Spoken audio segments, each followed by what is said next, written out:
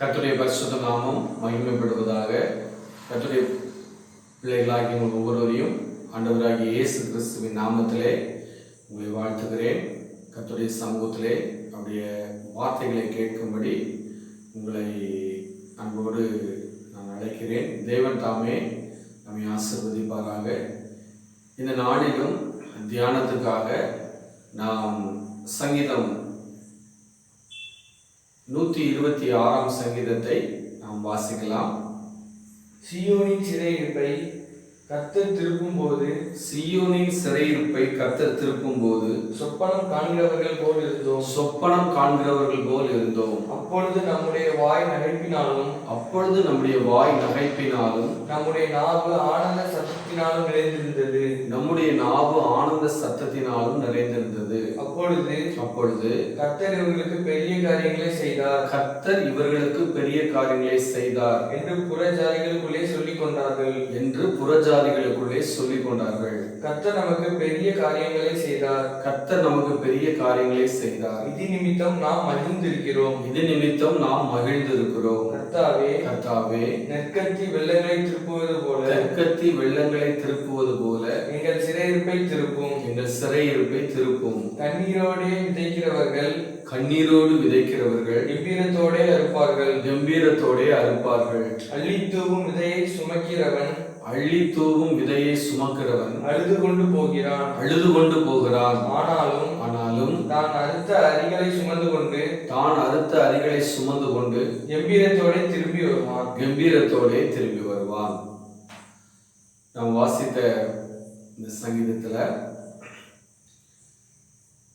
சீயோனின் சிறையிருப்பை கர்த்தர் திருப்புகிற போது சொப்பனம் காண்கிறவர் போல் இருந்தோம் என்று சொல்லி அங்கே தேவ ஜனங்கள் கர்த்தருடைய சமூகத்திலே அவர்கள் முறையிடுகிறதை இந்த சங்கீதத்திலே நாம் பார்க்கிறோம்.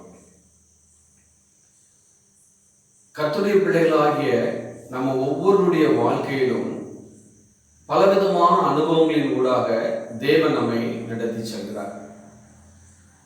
கிட்டத்தட்ட 4 மாதங்கள், அதாவது மார்ச் மாதம் 22ஆம் தேதி நம்ம சபை கூடி கர்த்தரை ஆராதித்தோம்.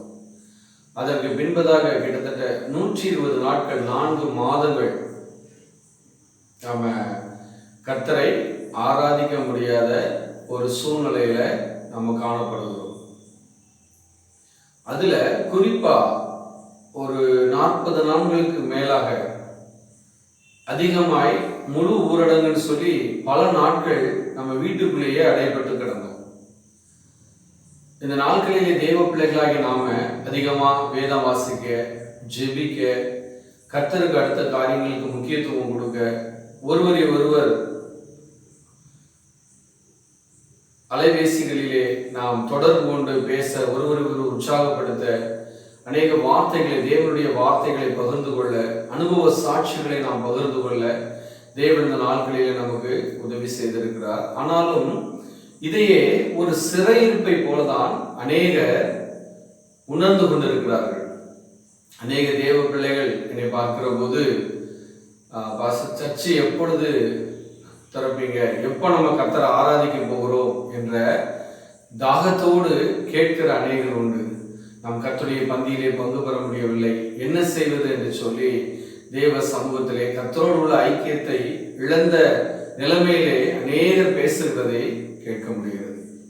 ஆனாலும் அரசாங்கத்தினுடைய சட்டத்திட்டங்களுக்கு உட்பட்டு நம்ம சில காரியங்களை நாம் தியாகம் செய்ய வேண்டி இருக்கிறது, பொறுமையாய் காத்திருக்க வேண்டியது காணப்படுகிறது.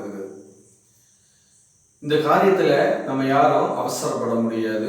ஏனென்றால் இது ஒரு கொள்ளை நோய். இந்த தொற்று யாருக்கு இருக்குது அப்படின்னு சொல்லி நம்மள யாருக்குமே தெரியாது.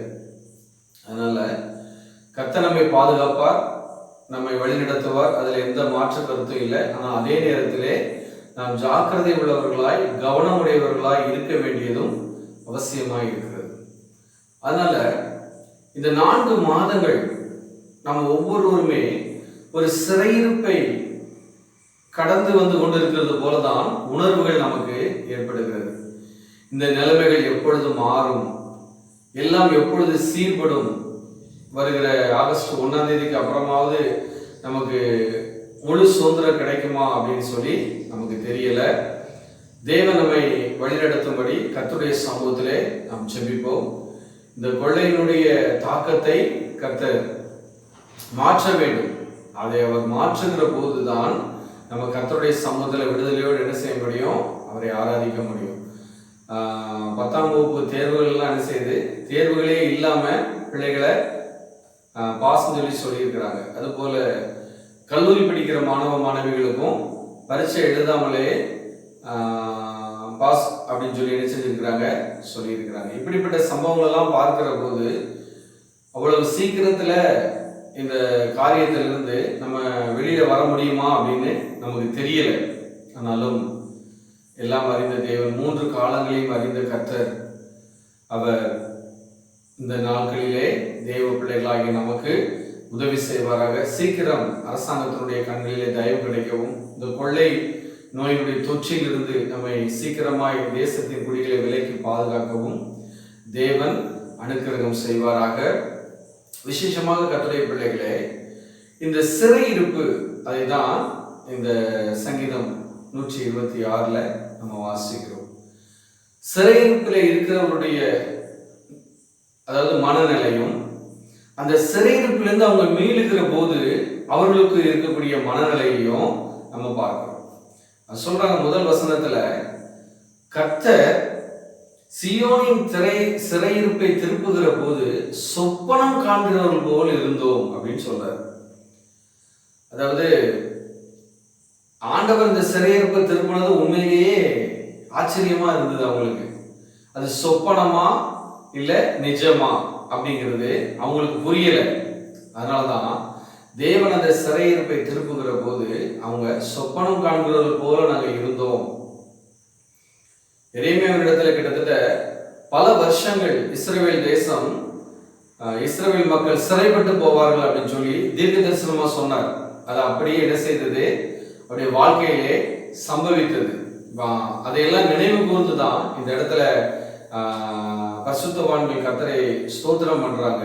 சீயோனின் சிறையிருப்பை கர்த்தர் திருப்புகிற போது சொப்பனம் காண்கிறவர்கள் போல இருந்தோம் அப்படின்னா அவங்க நம்பவே முடியல. இந்த சிறையிருப்பு மாறுமா, இந்த பிரச்சனை தீருமா அப்படிங்கிற ஒரு நம்பிக்கையே அவங்களுக்கு, நம்பிக்கையே இழந்த நிலைமையில. ஒரு இடத்துல பவுல் சொல்றாரு புதிய ஏற்பாட்டுல, மரணமே வரும் என்று நாங்கள் எங்களுக்குள்ளே நிச்சயித்திருந்தோம், எங்கள் பலத்துக்கு மிஞ்சின அதிக பாரமான வருத்தம் எங்களுக்கு உண்டாயிற்று, அந்த நிலைமையிலையும் எங்களை மரணத்திலிருந்து ரட்சிக்க வல்லமையுள்ள தேவனை நோக்கி நாங்கள் என்ன செய்தோம், நாங்கள் கூப்பிட்டோம்.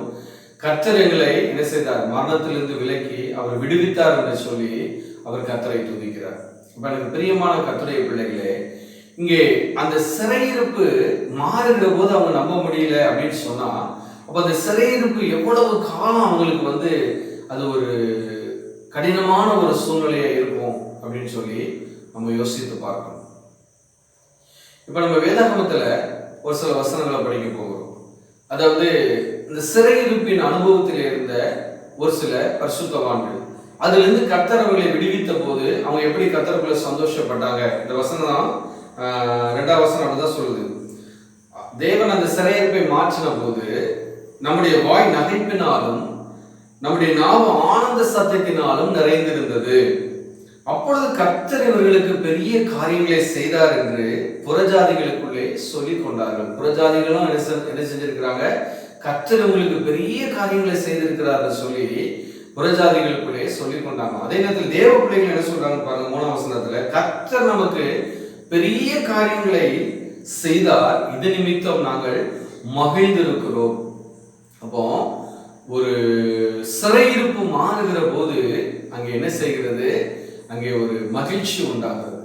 ஆண்டவர் சொன்னார் சீஷர்களை பார்த்து, உங்கள் துக்கம் சந்தோஷமாய் மாறும் அப்படின்னு சொன்னார். துக்கத்துல இருக்கிறவங்களுக்கு தான் அந்த சந்தோஷம்னா என்னன்னு தெரியும்.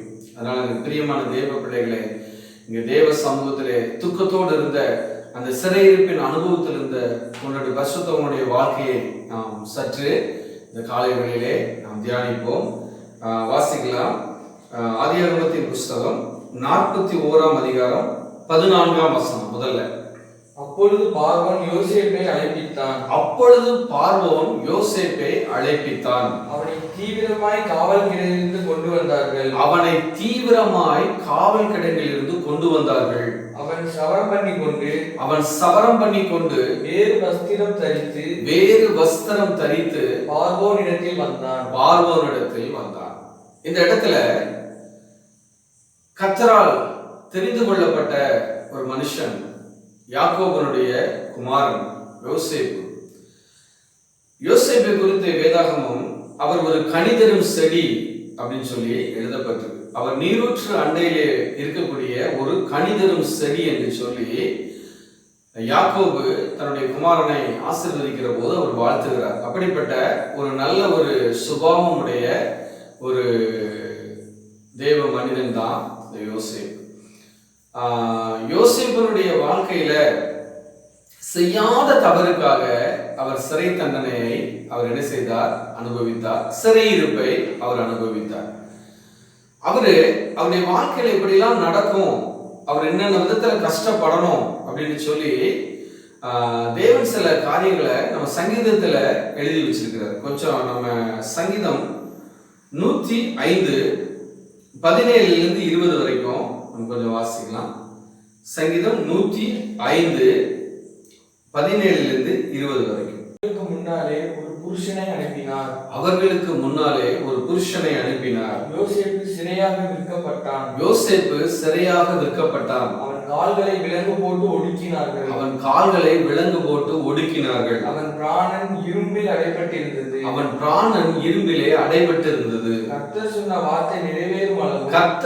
வார்த்தை நிறைவேறும் அளவும் அவருடைய வசனம் அவனை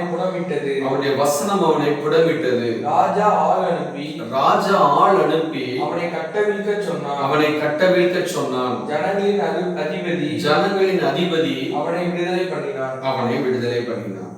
இந்த வசனங்களை நம்ம வாசிக்கிற போது அவர்களுக்கு முன்னாலே ஒரு புருஷனை அனுப்பினார். யோசேப்பு சிறையாக விற்கப்பட்டான். யோசேப்பு 20 வெள்ளிக்காசுக்கு தன்னுடைய சகோதரர்களால் அடிமையாக என்ன செய்தான்? இஸ்மவேலரிடத்திலே விற்று போடப்பட்டான். இந்த வார்த்தைகள் என்ன சொல்லுது? அவன் கால்களை விலங்கு போட்டு ஒடுக்கினார்கள். அவன் பிராணன் இரும்பிலே அடைபட்டிருந்தது. எவ்வளவு காலம் வரைக்கும் அப்படின்னு நீங்க கேட்டீங்கன்னா, கர்த்தர் சொன்ன வார்த்தை நிறைவேறும் அளவும் அவருடைய வசனம் யோசேப்பை புடமிட்டது அப்படின்னு எழுதப்பட்டது. யோசேப்புக்கு கர்த்தர் சொப்பனத்தின் வழியாய் அவர் வாழ்க்கையில கர்த்தர் அவரை உயர்த்த போகக்கூடிய ஒரு காரியத்தை வெளிப்படுத்தி இருந்தார். சிறு வயதிலே, அவர் 17 வயதிலே அவர் தன் சகோதரருக்கு முன்பாக நிற்கிற போது நிறைய சொப்பனங்கள் வழியாக தேவன் அவரோடு இடைப்பட்டார். அந்த சொப்பனங்களை எல்லாம் அவர் தன் தகப்பனாரிடத்திலும் தன்னுடைய சகோதரர்களிடத்திலும் அவன் என்ன செய்தான்? விவரித்து சொன்ன போது அந்த சொப்பனத்தின் நிமித்தம் அவனை என்ன செய்தார்கள்? பகைத்தார்கள். ஆனாலும் தேவன் அவருடைய ஆதீன திட்டத்திலே அந்த காரியங்கள் இருந்தபடியினால் அதை என்ன செய்தார்? அதை அவன் சிறையாக விற்கப்பட்டு போகும்படி அதற்கு பின்பதாக அனுமதித்தார். அவருடைய சகோதரர்கள் 20 வெள்ளிக்காசுக்கு என்ன செய்தார்கள்? விற்று போட்டார்கள். அவர் போத்திபார் வீட்டிலே சமாதானமாக இருந்த போது அங்கே ஏற்பட்ட குழப்பத்தின் நிமித்தமாக அவர் செய்யாத தவறுக்கு அவர் தண்டனை அனுபவிக்கும்படியாக என்ன செய்தான்? அவனை சிறைச்சாலைக்கு கொண்டு போனார்கள். அங்கே பல வருஷம் அவன் அந்த இடத்துல என்ன செய்கிறான்? அவன் இருந்து கொண்டிருக்கிறான். இந்த வார்த்தை சொல்லுது, அவன் கால்களை விலங்கு போட்டு ஒடுக்கினார்கள். அவனுடைய பிராணன், அவனுடைய ஜீவன் இரும்புக்குள்ளே என்ன செய்திருந்தது? அடைபட்டு கிடந்தது. கர்த்தர் சொன்ன வார்த்தை நிறைவேறும் அளவு ஆண்டவர் யோசேப்பை குறித்து ஒரு திட்டம் வச்சிருந்தார்.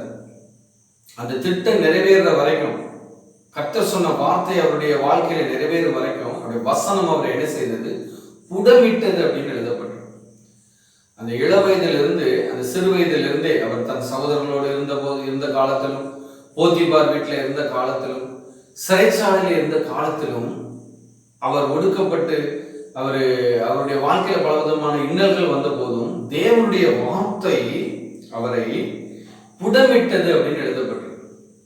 யோபு சொல்றார், ஒரு சூழ்நிலையில அவர் என்னை சோதித்த பின் நான் பொன்னாக விளங்குவேன் அப்படின்னு சொல்றார். பொன்னுக்கு புடமும் வெள்ளிக்கு குகையும் சோதனை அப்படின்னு எழுதப்பட்டிருக்கு. அதுபோல பரிசுத்தவான்களுடைய வாழ்க்கையிலும் அவங்களுக்கு ஆண்டவர் வைக்கக்கூடிய அந்த சோதனை அது நமக்கு ஒரு வெற்றியின் பாதையாக நமக்கு காணப்படுகிறது. ஆண்டவர் வச்ச டெஸ்ட்ல அதிகமா பரிசுத்தவான்கள் ஜெயித்திருக்கிறார்கள். அநேகர் என்ன செஞ்சதுல அதை தோற்றதுல ஒரு சிலர் மாத்திரம் அதை சரியா புரிந்து கொள்ளாம அந்த டெஸ்ட்ல தோற்றவர்கள் உண்டு. மற்றபடியாக எல்லாருமே கர்த்தர் வைத்த அந்த சோதனைகளிலே ஜெயித்தவங்க அநேகர் உண்டு. ஆபிரகாமை குறித்து நம்ம பார்ப்போமானால் அவருடைய ஒரே குமாரனை தேவன் அவருக்கு பலியாக கேட்டபோது அவர் தன்னுடைய குடும்பத்துல யாரிடத்திலையும் யோசிக்கல. அவர் என்ன செய்தார்? அதிகாலமே புறப்பட்டு போய் கர்த்தர் சொன்ன அந்த மலை அருகே என்ன செய்தார்? தன் மகனை அழைத்து கொண்டு வந்து தேவனுக்காக பலி செலுத்த அவர் ஆயத்தமானார். தேவ பிள்ளைகளே, அந்த இடத்துலதான் ஆண்டவர் சொல்றாரு, நீ தேவனுக்கு பயப்படுகிறவன் என்று நான் இப்பொழுது அறிந்திருக்கிறேன் என்று சொல்லி அந்த இடத்துல ஆபிரகாமை கர்த்தர் என்ன செய்தார்? ஆசீர்வதித்தார். ஆபிரகாம் நிமித்த பிற்காலங்களிலே ஈசாக்கினுடைய கீழ்ப்படிதலை பார்த்து, அவனுடைய அர்ப்பணிப்பை பார்த்து ஈசாக்கையும் கர்த்தர் 100 மடங்கு ஆசீர்வதித்தார். இங்க பாருங்க, ஈசாக்கினுடைய குமாரன் தான் யாக்கோபு, அவருடைய மகன் தான் யோசேப்பு. இவருக்கும் அந்த ஆசீர்வாதத்தை கர்த்தர் என்ன செய்கிறார்? பகிர்ந்து கொடுக்கிறார். இப்ப பாருங்க, அவர் செய்யாத தவறுக்கு அங்க சிறை தண்டனை அனுபவித்துக் கொண்டிருந்தாலும் கர்த்தர் சொன்ன அந்த வேலை வந்த போது என்ன செய்தார்? அந்த ராஜா பாருங்க, ராஜா ஆள் அனுப்பி அவனை கட்டவிழ்க்க சொன்னான். ஜனங்களின் அதிபதி அவனை விடுதலை பண்ணினான். அதற்கு பின்மான சில வசனங்களை வாசிக்கிறோம். தன் பிரபுக்களை அவன் மனதின்படி கட்டவும் தன் மூப்பர்களை ஞானிகளாக்கவும் அவனை தன் வீட்டுக்கு ஆண்டவனும் தன் ஆஸ்திக்கெல்லாம் அதிபதியும் ஆக்கினான் அப்படின்னு எழுதப்பட்டிருக்கு. ஒரு சிறைச்சாலையில கைதியா இருந்த ஒரு மனிதன் ஒரு தேசத்துக்கே அவன் ராஜாவா அதிபதியா அவன் மாறுகிறான் என்று சொன்னால் ஆண்டுடைய கிருபை எவ்வளவு பெரிதுன்னு பாருங்க. என்னோடு கூட பழகுகிற ஒரு நண்பர், ஒரு ஊழியர் அடிக்கடி சொல்வார், கர்த்தர் யோசேப்பை ஒரே நாளிலே உயர்த்தினார் அப்படின்னு சொல்வார். அதே போலதான் தேவனுடைய பிள்ளைகளாகி நாமும் கூட கர்த்தர் நம்மை உயர்த்தணுங்கிற ஒரு உயர்வை எதிர்பார்த்து அவர் சமூகத்திலே பல காலங்கள் காத்திருக்கிறோம். தேவ பிள்ளைகளே, நாம் தூங்கி எழுந்திருப்பதற்குள், இரவிலே தூங்கி காலையில் எழுந்திருப்பதற்குள் நம்முடைய வாழ்க்கையில கர்த்தர் என்ன செய்ய முடியும்? நமக்கு ஒரு உயர்வை என்ன செய்ய முடியும்? கட்டளையிட முடியும். அதனால நீங்க இரவிலே நித்திரைக்கு போகும்போது கூட என் வாழ்க்கை அப்படியே முடிஞ்சு போகுமோ அப்படின்னு நினைக்க வேண்டாம். நமக்கு ஒரு நல்ல ஒரு உதயத்தை கர்த்தர் வைத்திருக்கிறார். யாக்கோபு ஒரு நாள் தலையணையை வைத்து அவன் படுத்திருந்த போது சூரியன் அஸ்தமனமாச்சு அப்படின்னு எழுதியிருக்கு. ஆனால் அவன் தன் தகப்பன் வீட்டுக்கு திரும்பி வருகிற போது அந்த வசனம் அப்படிதான் சொல்லுது, சூரியன் உதயமாயிற்று அப்படின்னு எழுதியிருக்கு. அது போல வாழ்க்கையில அஸ்தமன காலமும் உண்டு, தேவ பிள்ளைகளுடைய வாழ்க்கையில சூரிய உதயமும் உண்டு. அந்த உதயங்கிறது அந்த நீதியின் சூரியன் நம்ம மேல உதிக்கிற போது அதன் செட்டைகளின் கீழே ஆரோக்கியமும் ஆசீர்வாதமும் என்ன செய்யும்? காணப்படும். அதனால யோசேப்பு பல வருஷமா அவரு எகிப்துல கஷ்டப்பட்டு கொண்டு, துக்கப்பட்டு கொண்டு, வருத்தத்தோடு தான் அவர் காணப்பட்டார். தன்னுடைய பிள்ளைகளை அவர் பெற்றெடுக்கிற போது கூட என் வருத்தங்கள் யாவையும் தேவன் மறக்கும்படி பண்ணினார், நான் சிறுமைப்பட்டிருந்த தேசத்திலே தேவன் என்னை பழுகும்படி செய்தார் என்று சொல்லி அவர் கர்த்தரை துதித்தார். 2 காரியத்தை சொல்றாரு, நான் என்னுடைய வருத்தங்கள் அப்படின்னு சொல்றாரு.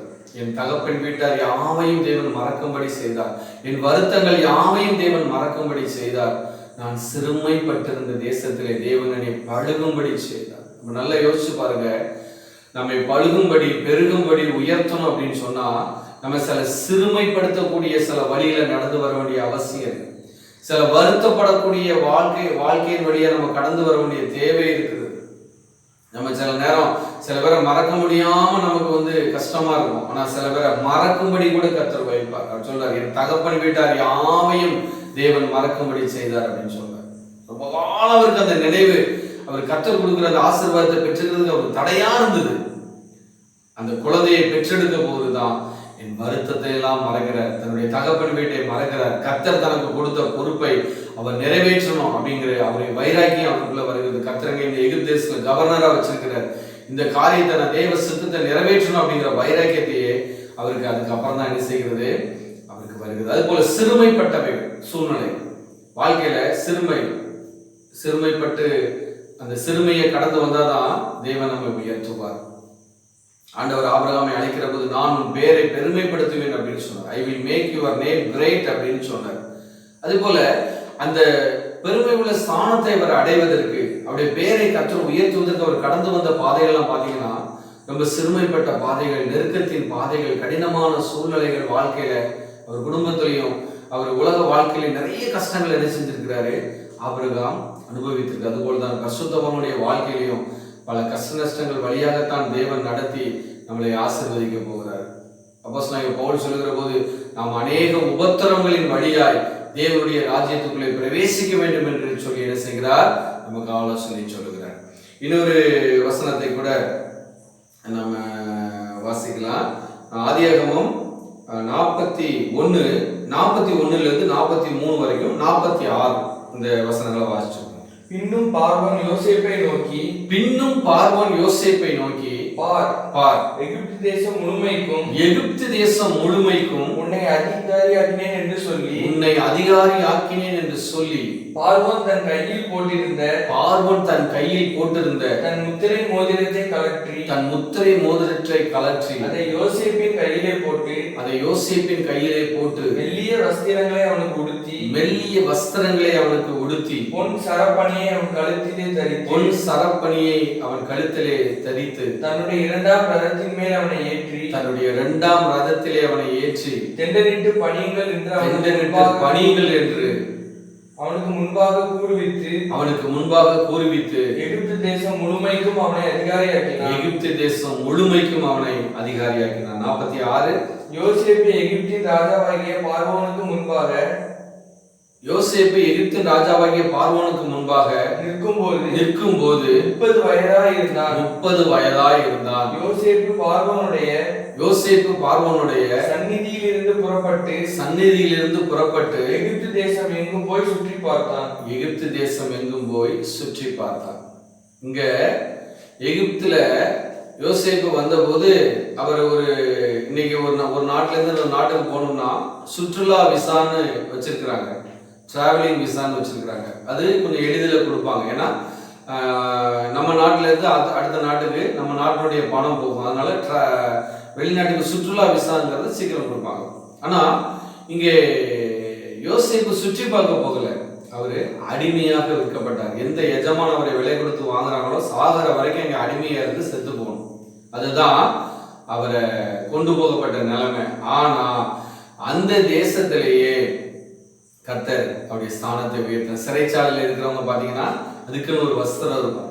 அவங்க சரியான முறையில் சவரகம் பண்ணியிருக்க மாட்டாங்க. அவங்கள பார்க்கறதுக்கு நமக்கு கஷ்டமா இருக்கும், அந்த நிலைமையில இருப்பாங்க. ஆனா இங்கே அவனை சவரகம் பண்ணி ஒரு மெல்லிய வஸ்திரத்தை அவனுக்கு உடுத்தி அவனுக்கு பொற்சர பணிகள் எல்லாம் அவனுக்கு போட்டு என்ன செய்யறாங்க, பார்வோனுடைய 2வது ரதத்துல அவனை ஏற்றி எல்லாரும் என்ன செய்யுங்க, நீங்க யோசேப்பை பணியுங்கள் என்று சொல்லி எகிப்தின் ராஜாவாகிய பார்வோன் என்ன செய்தார், அங்கே உத்தரவு போட்டு அங்க யோசேப்பு என்ன செய்கிறார், தன்னுடைய முத்திரை மோதிரத்தையும் கையிலே போட்டு அவனை உயர்த்தினதை நம்ம பார்க்கிறோம். அவரு 30 வயசு, அந்த 30 வயசுல தான் எகிப்து தேசத்தை சுற்றி பார்க்கவே என்ன செய்கிறாரு, புறப்பட்டு போகிறார். இப்ப எனக்கு பிரியமான தேவ பிள்ளைகளே, கர்த்தர் நம்மளை எப்போ உயர்த்துவார், எப்போ வழி நடத்துவார், எப்போ நம்மளை ஃப்ரீ பண்ணுவார் நமக்கு தெரியாது. ஆனால் அதுவரை நம்ம தேவ சமூகத்துல காத்திருக்கணும். கர்த்தர் நம்மை உயர்த்துகிறவரை, கர்த்தர் நம்மை கனப்படுத்துகிறவரை. மொர்தெகாய் தேவன் தன்னை கனப்படுத்தும் வேலைக்காக காத்திருந்தார். அது வரையில அவரு என்ன செய்தார், தேவ சமூகத்திலே உபவாசித்து மன்றாடி யூத ஜனங்களுடைய அழிவுக்காக கண்ணீரோடு அவர் ஜெபித்தார். காலம் வந்தபோது ஆமான் கையில் இருந்த முத்திரை மோதிரம் மொர்தெகாயின் கையிலே போடப்பட்டு அவர் என்ன செய்தார், அவர் ஒரு யூதர்களிலே கனமிக்க ஒரு சகோதரனாய் கர்த்தரால் உயர்த்தப்பட்டார். அதுபோல நம்முடைய உயர்வு நம் தேவ கரத்திலே இருக்கிறது. அதனால நிச்சயமா கர்த்தர் நம்மை உயர்த்துவார் என்கிற நம்பிக்கையோடும் விசுவாசத்தோடும் நாம் கர்த்தரை பின்பற்றி வருவோம். யோபு 42ஆம் அதிகாரம் 10ஆம் வசனம் வாசிப்போம். யோபு தன் சிநேகிதருக்காக வேண்டுதல் செய்தபோது கர்த்தர் அவன் சிறையிருப்பை மாற்றினார். இங்கே யோசேப்பனுடைய வாழ்க்கையில சிறையிருப்பை பார்த்தோம். அந்த சிறையிருப்பு செய்யாத தவறுக்காக அவர் அந்த சிறை தண்டனை அனுபவித்தார்னு பார்த்தோம். அது எல்லாமே தேவனுடைய முன் தீர்மானிக்கப்பட்ட தீர்மானத்தின்படி நடந்தது. அதுபோல இங்கு தேவனுடைய தாசனாய் இருந்த யோபு, தாசன் அப்படின்னு சொன்னா வேதத்துல ரொம்ப கர்த்தருக்கு பிரியமானவன்னு அர்த்தம். என் தாசனாகிய யோபு அப்படின்னு 2 இடத்துல ஆண்டவர் என்ன செய்யறாரு, அங்க யோபை பத்தி சாட்சி கொடுக்கிறார். அப்போ கர்த்தருடைய தாசனா இருந்த யோபு அந்த ஊட்ஸ் தேசத்துல ரொம்ப செல்வ செழிப்பா வாழ்ந்த ஒரு தேவ மனிதன், தன் பிள்ளைகளுக்காக ஜெபித்தவன், தன் பிள்ளைகளை கர்த்தருக்குள்ளே பரிசுத்தமாய் வளர்த்தவன், தன் பிள்ளைகளுடைய நலனின் மேலே அக்கறை காட்டினவன். ஆனால் அப்படிப்பட்ட தேவ மனுஷனுடைய வாழ்க்கையில பிசாசு அவனை கொடிய கண்களால் பார்த்தபடியினால் அவருடைய அதாவது சுதந்திரமான ஒரு வாழ்க்கை என்ன செய்தது, சிறையிருப்பின் வாழ்க்கையாக மாறினது. நல்ல சுதந்திரமா சந்தோஷமா அநேக ஏழை எளியவர்களுக்கு உதவி செய்து கொண்டு தேவநாமத்தை மகிமைப்படுத்தி கர்த்தருக்கு செய்ய வேண்டிய காரியங்களிலும் சரியாக இருந்து கொண்டு வாழ்ந்து கொண்டிருந்த அந்த உத்தமனாகிய நீதிமான், அவர் சொல்றார், உத்தமனாகிய நீதிமான் பரியாசம் பண்ணப்படுகிறார். இந்த உலகத்துல உலகம் யார பரியாசம் பண்ணும் அப்படின்னா நீதிமான்களை தான் பரியாசம் பண்ணும். தேவ பார்வையில உத்தமமான நீதி உள்ளவர்களாய் நடக்கிறவர்களை தான் இந்த உலகம் என்ன செய்யும், பரியாசம் பண்ணும், பரிகசிக்கும். தான் சொல்றாரு, உத்தமனாகிய நீதிமான் பரியாசம் பண்ணப்படுகிறான். என் சிநேகிதரனை நிந்திக்கிறார்கள், என் கண்கள் தேவனை நோக்கி கண்ணீர் சொல்கிறது அப்படின்னு சொல்றாரு. சில நேரங்கள்ல தேவன் நம்மை சில சோதனைகளை நம்ம நடத்துவார். அந்த சோதனைகள்ல அவர் நடத்துகிற போது நம் சிநேகிதர்கள் கூட, நமக்கு நெருங்கினவர்கள் கூட, உறவினர்கள் கூட, நண்பர்கள் கூட நம்மை தூஷிக்கிற நிலைமைக்கு என்ன செய்யலாம், கடந்து வரலாம். அந்த நேரத்துல நம்முடைய கண்கள் என்ன செய்யும், தேவனை நோக்கி கண்ணீர் சொரியும். ஆனா நம்ம கண்ணீர் சொரிய காரணமா இருந்தவர்களே கர்த்தர் தண்டிப்பார். அது ஒரு பக்கம் இருந்தாலும் நம்ம அந்த வழியாக கடந்து போக வேண்டியது இருக்கிறது. அங்க யோபு அந்த வழியாகலாம் அவர் என்ன செய்தாரு, கடந்து போனார். சொல்றாரு, அவருடைய சிறையிருப்பு மாறும் அப்படிங்கிற நம்பிக்கை இல்லாத நிலைமையில தான் யோபனுடைய வாழ்க்கை இருந்தது. அவர் பிள்ளைகளை எல்லாம் இழந்து போனார், தன்னுடைய ஆஸ்திகளை இழந்து போனார். அவருடைய மனைவி மாத்திரம்தான் கூட இருந்தாங்க. அவங்க கூட தேவனை நிந்தித்து தேவனை தூசிக்கும்படி யோபுவை கட்டாயப்படுத்தினாங்க. ஆனாலும் யோபனுடைய மனைவியினுடைய வார்த்தைக்கு யோபு என்ன செய்யல, செவி கொடுக்கல. அவர் தேவ சமூகத்திலே கர்த்தர் மேல் வைத்த விசுவாசத்துல அவர் உறுதியாக இருந்தார். யோபனுடைய மனைவி என்ன சொன்னாங்க, நீ இன்னும் உன்னுடைய உத்தமத்திலே உறுதியாக இருக்கிறீரோ, தேவனை தூசித்து ஜீவனை விடும் என்று சொல்லி அவரை கடினமான வார்த்தைகளை பேசினார். ஆனாலும் அவர் அந்த காரியத்துல என்ன செய்தார், தேவனுடைய கையில் இருந்து நன்மையை பெற்ற நாம் தீமையையும் பெற வேண்டாமோ என்று சொல்லி அவர் அந்த கடினமான சூழ்நிலைகளை தேவனுடைய வாழ்க்கையில அனுமதித்த அந்த சிறையிருப்பை அவர் சந்தோஷமாய் அவர் என்ன செய்தார், கடந்து வந்தார்.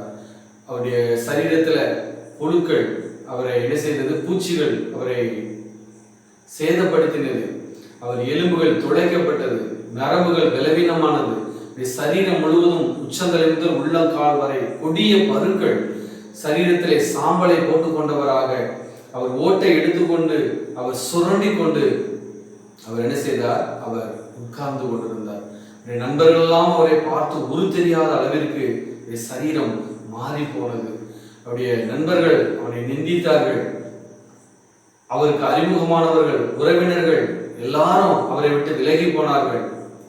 அவர் மிகுந்த வேதனையை தன்னுடைய உள்ளத்தில் என்ன செய்தார், தன்னுடைய சரீரத்திலே அவர் அடைந்து, ஏன் இந்த பூமியிலே நான் மனிதனாக பிறந்தேன் என்று சொல்லி கூட அவர் மிகுந்த வேதனைகளையும் கஷ்டமான சூழ்நிலைகளையும் அவர் கடந்து வந்தார். ஆனாலும் ஒரு காரியத்தை உறுதியாய் சொன்னார், என் மீட்பர் உயிரோடு இருக்கிறார், அந்நிய கண்கள் அல்ல, என் கண்களே அதிலே அவரை காணும். அவருடைய வருகையின் நாளிலே அவர் பூமியின் மத்திய ஆகாயத்திலே வந்து அவர் நிற்பார் என்று சொல்லி அந்த இடத்துல கிறிஸ்துவனுடைய வருகையை தீர்க்க தரிசனமாய் யோபு அறிவித்தார். இந்த கஷ்ட சூழ்நிலைகள் எல்லாம் மாறக்கூடிய காலம் வந்த போது அவர் தேவன் அவரோடு கூட பேசி அவரை உற்சாகப்படுத்தினார். அநேக கேள்விகளை கேட்டார். ஆனால் யோபு தன் வாயினால் தன் வாயை அவர் பொத்தி கொண்டவராய், ஆண்டவரே நான் நீசன், உம்மிடத்திலே என்ன நான் கேள்வி கேட்க முடியும் என்று சொல்லி அவர் தன்னை தேவ சமூகத்திலே தாழ்த்தினார். உடனடியாக கர்த்தர் அவருடைய சிநேகிதர்களை பார்த்து, என் தாசனாகிய யோபு என்னை குறித்து நிதானமாய் பேசினது போல நீங்களும் நிதானமாய் பேசவில்லை, ஆனபடியால் உங்கள் மேலுடைய கோபம் மூடுகிறது என்று சொல்லி நீங்கள் யோபனிடத்திலே போய் உங்களை தாழ்த்தி அவன் உங்களுக்காக விண்ணப்பம் பண்ணும்படி நீங்கள் என்ன செய்யுங்கள், அவனிடத்திலே கடந்து செல்லுங்கள் என்று சொன்னபோது யோபனுடைய நண்பர்கள் எல்லாரும் யோபனிடத்திலே வந்து தங்களுடைய குறைகளை அவனிடத்திலே சொல்லி ஒப்புரவாகி மன்னிப்பு கேட்டு அங்கே பலி செலுத்தினார்கள். அப்பொழுது யோபு தன் சிநேகிதருக்காக என்ன செய்தான், தேவனை நோக்கி ஜெபித்தான். ஜெபிக்க அவருடைய சரீரம் முழுவதும் வேதனை, அவருடைய சரீரம் முழுவதும் பிரச்சனை. ஆனாலும் தன் சிநேகிதருக்காக தேவன் ஜெபிக்கும்படி எதிர்பார்த்த போது அந்த எதிர்பார்ப்பை யோபு என்ன செய்தார், நிறைவேற்றினார். யோபு தன் சிநேகிதருக்காக ஜெபித்த போது கர்த்தர் அவன் சிறையிருப்பை மாற்றினார் என்று சொல்லி வேதம் சொல்கிறது. அப்ப எனக்கு பிரியமான தேவனுடைய பிள்ளைகளே, நாம ஜெபிக்க முடியாத சில சூழ்நிலைகளில், நெருக்கமான சூழ்நிலைகளில் ஒருவேளை நம்மை நிந்திக்கிறவர்கள், அவமானப்படுத்துகிறவர்கள், ஏளனம் பண்ணுகிறவர்கள், பரியாசம் பண்ணுகிறவர்கள், அவர்களுக்காக கூட சில நேரம் ஜெபிக்கும்படி தேவன் நம்மிடத்தில் எதிர்பார்ப்பார். நாம் அவர்களுக்காக ஜெபிக்கிற போது நம்முடைய பிரச்சனைகளை மாற்றுவார். யோபு தன் சிநேகிதருக்காக ஜெபித்த போது அவனுடைய சிறையிருப்பை மாற்றினாராம். அது மாத்திரமல்ல, அவரை விட்டு தூரமாய் போனவர்கள், அறிமுகமானவர்கள், சகோதர சகோதரிகள், நண்பர்கள், உற்றார் உறவினர்கள் எல்லாரும் அவனை தேடி வந்தாங்க. அவனுக்கு என்ன செய்தார்களாம், அவனுக்கு பொன்னை கொடுத்தார்கள் சொல்லப்பட்டிருக்கு. யோபு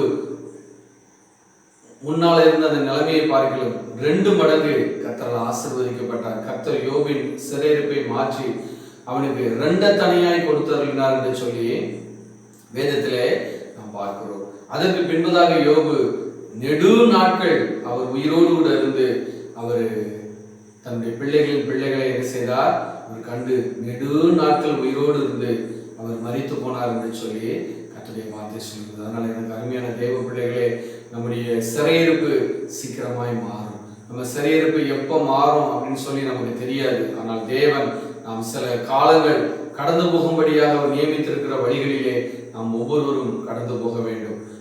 யோசேப்பினுடைய வாழ்க்கையிலே தேவன் நியமித்த அந்த காலம் மட்டும் அவர் கடந்து போன போது தேவன் அவர் என்ன செய்தார், எகிப்து தேசத்திலே உயர்த்தினார். அதுபோல யோபு தன்னுடைய சிறையிருப்பின் நாட்களே ஒரு சந்தோஷமாய் மகிழ்ச்சியாய் அவர் துக்கங்கள் துயரங்கள் இருந்தாலும் கூட ஒரு நம்பிக்கையோடு கூட ஒரு எதிர்பார்ப்போடு கூட அந்த கர்த்தர் ஒரு நாள் கண்டிப்பா என்னுடைய சிறையிருப்பை மாற்றுவார் நம்பிக்கையோடு கூட அவர் காணப்பட்டார்.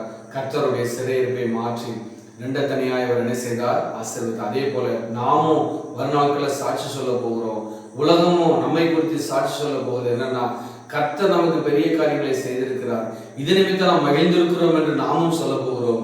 உலக மக்களும் நம்மை பார்த்து கர்த்தர் அவர்களுக்கு பெரிய காரியங்களை செய்தார் என்று சொல்லி ஜனங்களும் சாட்சி சொல்லி தேவனை மகிமைப்படுத்தக்கூடிய அளவிற்கு கர்த்தர் நம் ஒவ்வொருடைய தனிப்பட்ட வாழ்க்கையிலும் குடும்பங்களிலும் இருக்கிற எல்லா சூழ்நிலைகளிலும் சிறையிருப்பை மாற்றி, விசேஷமாக இந்த கொரோனா சிறையிருப்பையும் கர்த்தர் மாற்றி நம்மையும் நம்முடைய குடும்பங்களையும் ஆசீர்வதித்து காத்து வழிநடத்துவாராக. கர்த்தர் தாமே நம் ஒவ்வொருவரையும் ஆசீர்வதிப்பார்.